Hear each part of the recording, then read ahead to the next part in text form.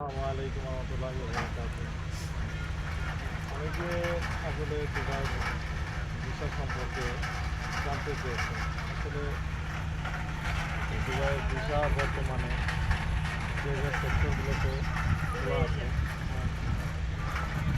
সেগুলো সেক্টরগুলোতে মানুষ অনেক সমস্যা এবং বিড়ম্বনা পড়তেছে এবং আমরা যে সেক্টরটায় আছি এই সেক্টর তো যে তেমন একটা সুবিধা ব্যাপারটা কিন্তু এরকম না।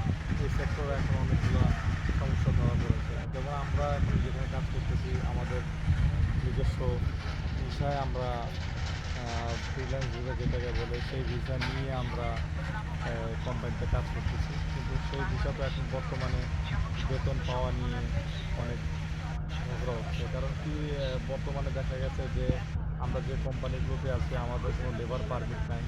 আর লেবার পারমিট না থাকার কারণে যা হয়েছে যে কোম্পানিগুলো আমাদের বেতন দিতে অপারগতা প্রকাশ করতেছে।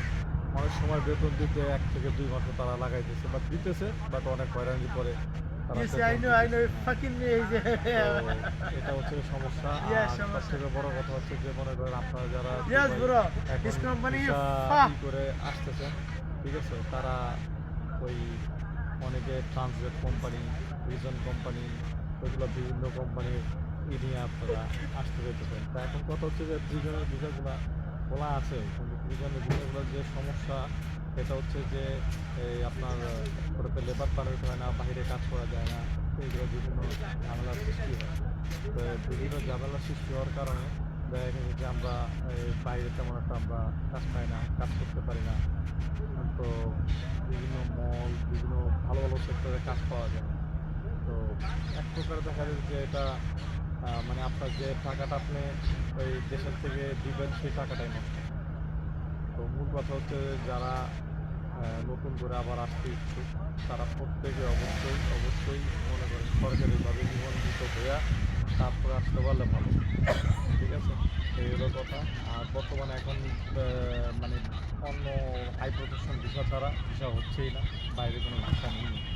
তো শুধু শুধু অযথা কাউকে টাকা পয়সা দিয়ে টাকা পয়সা মানে মার খাওয়ার কোনো নেই। মার খেতেও দেন না টাকা পয়সা। বেশিরভাগ লোকই ফ্রড করে, ঠিক আছে।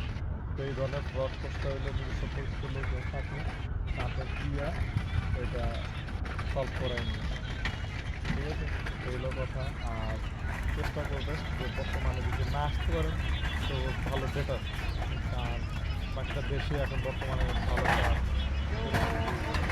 তৈরি করে আছে। এখানে বর্তমানে যে অবস্থা, মানে যারা আছে তাদেরই কাজ নাই, ই নাই। আমরা এই সারাক্ষণ কাজের জন্য হাহাকার করি, আমাদের কাজ নেই, আমাদের কাজ হাত দিয়ে ধরবো, এই হচ্ছে আমাদের কাজ, এই যে কাজ আমাদের।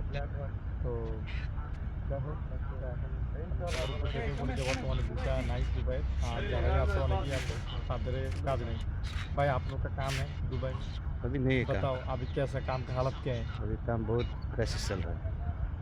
मतलब हालत सही नहीं है ना काम का। अभी तो बांग्लादेश का सबका मतलब सब कंट्री का हालत बहुत ख़राब है। इधर आदमी लोग ज़्यादा है, मतलब बहुत काफ़ी ज़्यादा आदमी लोग हो गए यहाँ पर। और लॉट ऑफ पीपल सब they don't have work, they don't have food, they don't have home, lot of problems also there. So better you stay in your country, own country, that is better for you and better for us also. Because if you are coming here, then you are crying, you are going to your relatives, then no one can help you.